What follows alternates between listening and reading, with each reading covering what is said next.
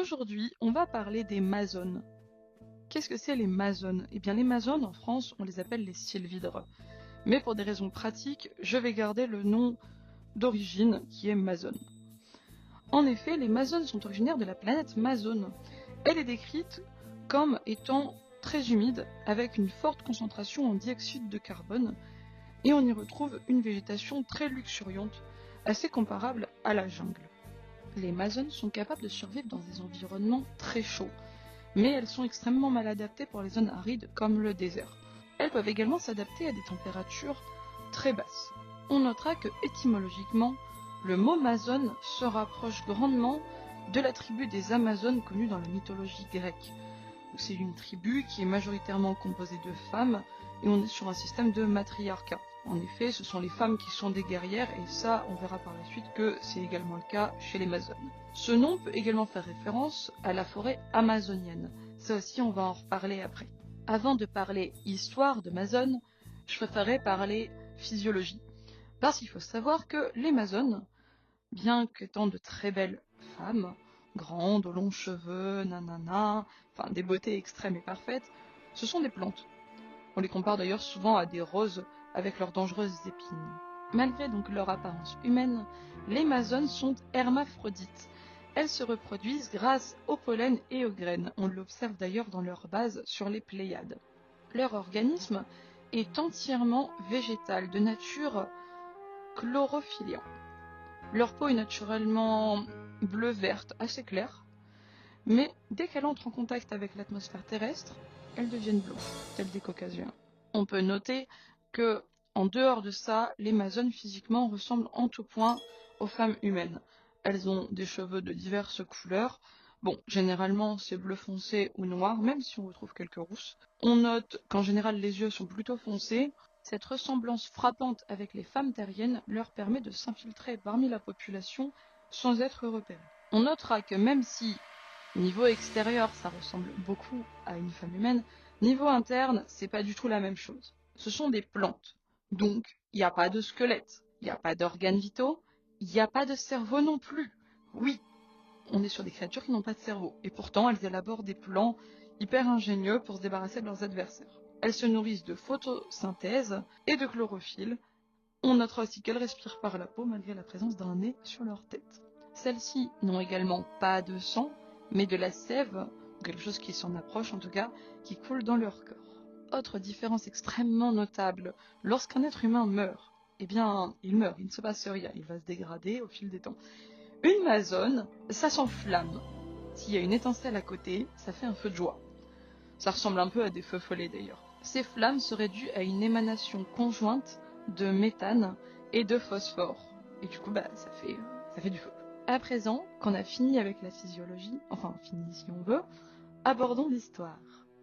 Dans un lointain passé, soit environ 100 millions d'années en arrière, les masones ont visité le système solaire et ont colonisé les différentes planètes du système. Elles ont d'ailleurs très probablement terraformé la Terre pour que celle-ci corresponde à leurs besoins. Elles ont transplanté des êtres de Vénus sur la Terre et les ont élevés en leur prodiguant les premiers rudiments de la science, puis elles les ont laissés évoluer et se débrouiller. Il faut savoir que on parle donc des humains à ce moment-là. Les masones sont à l'origine de la race humaine. Oui, vous avez bien entendu, tout va bien dans le meilleur des mondes. Il faut savoir qu'une grande quantité de masones est restée sur Terre malgré ça. Une partie est retournée sur la planète Mazone, mais pas toute. Donc on en trouve beaucoup dans la jungle amazonienne qui a pris forme de plantes. Et on en trouve sûrement dans d'autres jungles. On en trouve également dans l'eau, sous forme d'algues, avec la pyramide engloutie. Tout ça nous donne des preuves de leur passage par le passé, puisque que ce soit celle en Amazonie, donc dans la jungle précolombienne, avec tout ce qui va tourner autour des Incas et des Aztèques, où des fois on attribue la construction des temples aux extraterrestres. On peut parler des lignes du plateau de Nazca, qui sont d'ailleurs similaires à celles qu'on peut voir sur Vénus, où là on est sur des réalisations masones, puisque c'est censé indiquer une base. On peut aussi parler des pyramides d'Égypte. On s'est souvent demandé si c'était pas les extraterrestres qui les avaient construites. Visiblement, ce seraient les masones. Tout va bien, aucun problème. Elle serait donc à l'origine de nos premières civilisations. Maintenant, parlons des Mazones qui ne sont pas restées sur Terre. Elles sont reparties dans leur lointain système du bout du monde, de l'univers.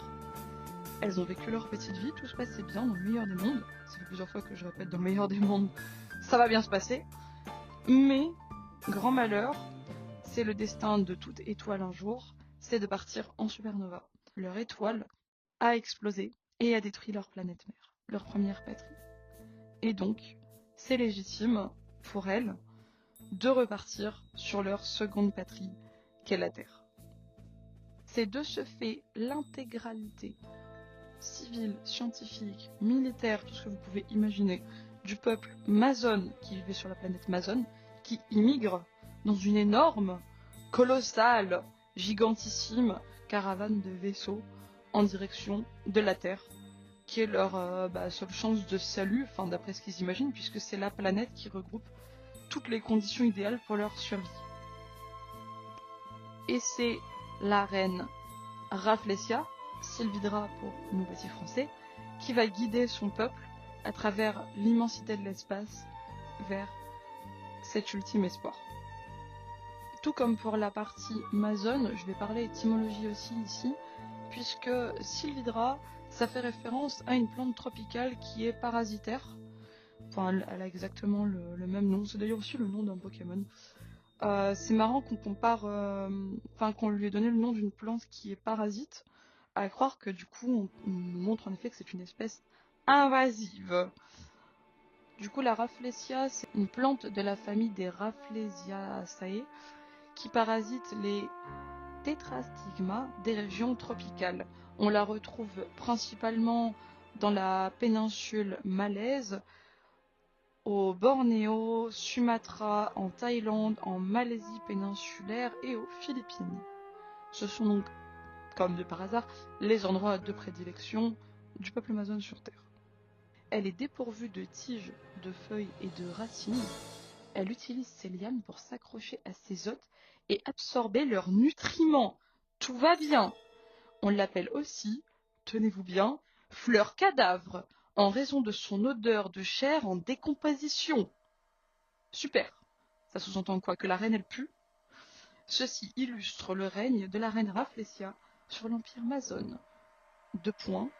Là je lis très clairement un truc. Conquérir d'autres planètes pour y vivre tout en épuisant les ressources nécessaires à la survie des espèces indigènes. En gros, on n'en a rien à foutre de vous. On pompe tout. Bon, moi Rafflesia, ça me rappelle aussi, c'est un total hors sujet, dans les anciens Animal Crossing, quand on entretenait mal notre ville, qu'on laissait des trucs traîner, il y avait une Rafflesia qui apparaissait, et c'était l'occasion de capturer les mouches. Voilà, c'était mon seul commentaire. Je pourrais vous faire tout un topo qui pourrait durer 107 ans pour la décrire physiquement, mais très honnêtement, elle ressemble à toutes les autres de son espèce. Je peux vous dire qu'elle a généralement une très longue robe noire avec un décolleté samama magnifique. Regardez les images. Et que 3 fois dans la série, elle va porter une tenue qui n'est pas une robe, mais avec un pseudo-pantalon, parce que c'est plus pratique de pas être en robe quand tu dois te battre à l'épée. Niveau personnalité, on est sur un personnage hyper déterminé. Elle sait que la survie de son peuple repose entièrement sur ses épaules, donc elle fera tout le nécessaire pour sauver son peuple, en fait, tout simplement. Conquérir ce qui passe sur le chemin, ça permet de grossir les troupes après tout, écraser tout ce qui peut déranger, et évidemment garder de quoi galvaniser son peuple pour leur donner un objectif en plus de la Terre. Donc avoir un ennemi à diaboliser, vous savez, la bonne petite propagande en mode lui c'est notre ennemi, il faut s'en débarrasser. Mais au fond, elle veut pas forcément s'en débarrasser. Enfin, lorsque la planète Death Shadow aurait dû le tuer littéralement, on parle d'une planète d'antimatière. Non, on sait pas comment, parce que qui dit Mazone dit supra-technologie, elle a réussi à ce qu'il n'y ait plus d'attraction. Et l'Arcadia a pu s'en aller, comme si de rien n'était. Voilà, ça c'est une décision qu'elle va amèrement regretter à la fin, parce qu'au final, celui qu'elle a voulu utiliser pour galvaniser son peuple, en fait il est super fort, et au final son peuple veut se barrer parce qu'il est là et qu'ils ont peur de lui. le plan s'est retourné contre elle. Du coup, elle va rester dure, droite, ferme, tuer ceux qu'elle aime, parce que pas de trahison, c'est pas acceptable, pour continuer à avancer. La fin de l'anime nous fait poser question. En effet, ça a, je pense, retourné tout le monde quand les épisodes ont été diffusés à l'époque. Ça fait encore débat, je pense, aujourd'hui. Lors du duel entre Rafflesia et Harlock, il la blesse et il y a du sang rouge qui sort. Et donc, ça a fait un énorme débat. La reine des Mazones serait-elle humaine? C'est ce que beaucoup de gens pensent. Moi, je partage pas spécialement cet avis. Je me dis qu'elles ont quand même une technologie hyper élevée.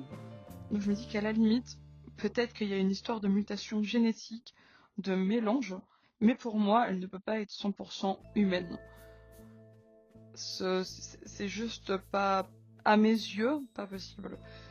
On garde la peau bleue, enfin, ça serait juste pas crédible, quoi.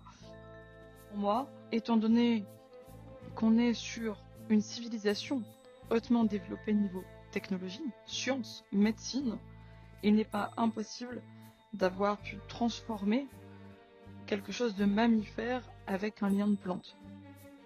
D'ailleurs, on ne sait pas quel âge a la reine Rafflesia. Est-ce qu'elle est extrêmement vieille?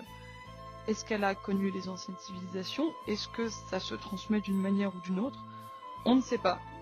Et de par ce nombre important de non-réponses et de mystères, j'ai du mal à imaginer que ce serait une humaine qui serait à la tête de cette caravane et qui aurait su obtenir toute la confiance d'un peuple. De mon point de vue, si on est sur une reine, on serait peut-être sur une pseudo-monarchie ou quelque chose comme ça, et donc ça doit se transmettre d'une manière ou d'une autre. Donc peut-être que c'est le seul personnage de cette civilisation qui soit mammifère, et que donc il se reproduirait naturellement, puisque toutes les autres descendent d'une matrice. D'ailleurs, qui nous dit qu'elles ne descendent pas toutes d'une certaine manière, artificiellement, ou végétalement, comme on veut, de la reine des Mazones? Ça serait plutôt intéressant, je trouve. On peut faire un amas de théories. Et c'est ça qui est super intéressant avec ce personnage.